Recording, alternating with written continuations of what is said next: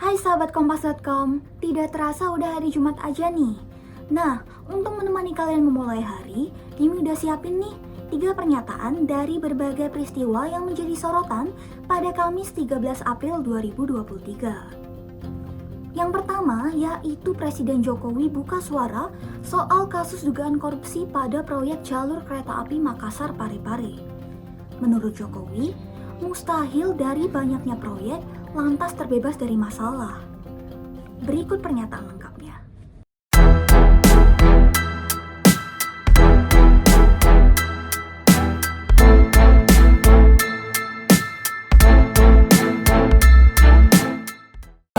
Pak Ganjar cocoknya apa jadi capres, Pak? OTT KPK itu salah satu proyek yang terindikasi suap itu ke Sulsel yang Bapak resmikan, Pak. Kenapa bisa diresmikan proyek yang tidak clean and clear ini, Pak? Ya, tidak mungkin semua proyek yang ribuan banyaknya itu tidak ada masalah, pasti satu dua ada masalah. Biasa ada proyek yang besar, tetapi kenapa terus kita kontrol di lapangan? Mau dikontrol di lapangan aja masih ada masalah, apalagi tidak.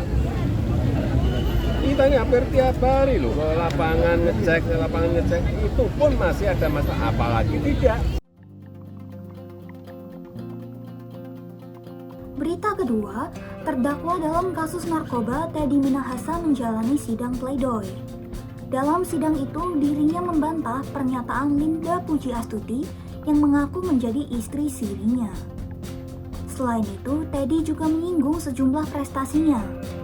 Ia menegaskan sejumlah penghargaan yang ia dapat itu turut memajukan institusi Polri. Berikut pernyataan lengkapnya.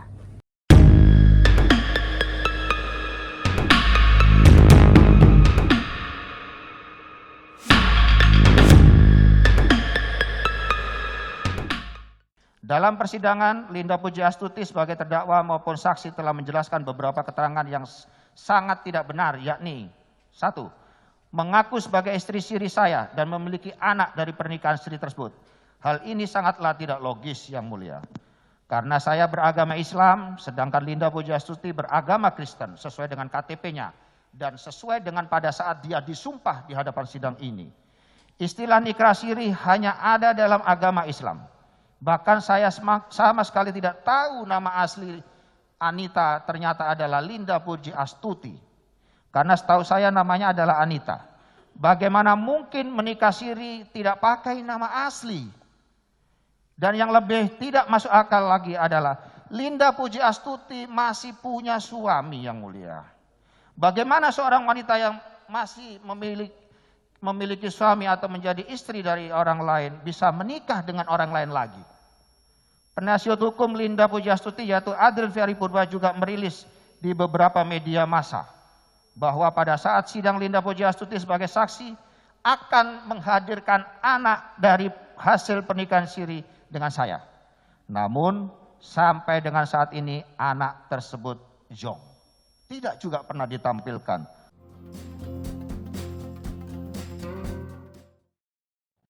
Berbagai posisi strategis dan prestisius pernah saya duduki, baik di bidang pendidikan, operasional maupun staf. Majelis Hakim yang mulia, bila saya urut ke belakang riwayat beberapa jabatan saya sebagai berikut. Tahun 2022 terbit SKEP sebagai Kapolda Jatim, kemudian Kapolda Sumatera Barat, staf ahli manajemen Kapolri, Wakapolda Lampung, Kapolda Banten, Kepala Biro Pengamanan Internal Visi Propam Polri, staf ahli Wakil Presiden Republik Indonesia, kemudian Ajudan Wakil Presiden Republik Indonesia, dan 2013 sebagai Komandan Satuan Tugas Pengamanan Calon Presiden Joko Widodo. Sederet jabatan tersebut di atas saya terima secara alamiah tanpa saya menggunakan cara-cara yang kolusi dan nepotisme, terutama pada saat menjabat sebagai Ajudan Wakil Presiden maupun sebagai Komandan Satgas Pengamanan Capres Joko Widodo, melalui proses seleksi yang sangat ketat, selektif, dan sulit, baik di tingkat Mabes maupun di tingkat pusat atau istana.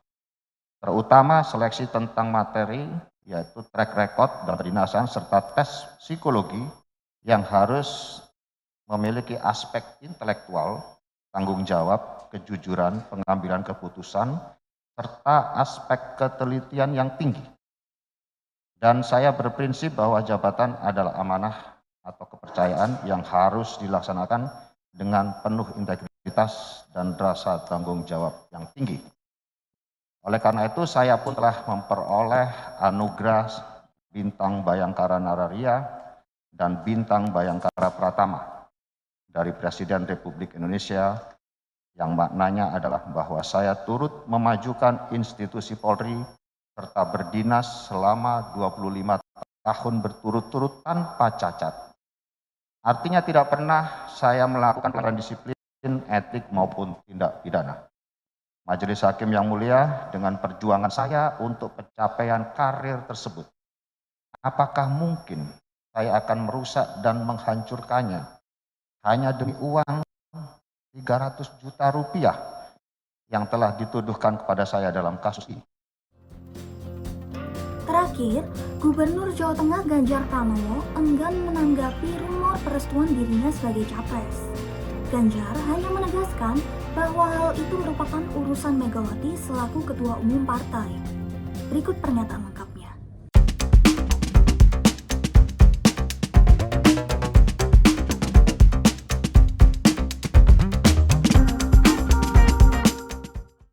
Rekam dari Bu Mega. Lah wong iki urusan mudik kok urusan rekom iki lho. Sudah mendapat restu ya Pak? Mas. Restu apa lho? Dari Bu Mega. Bu Mega. Urusan rekom itu urusannya Bu Mega kok.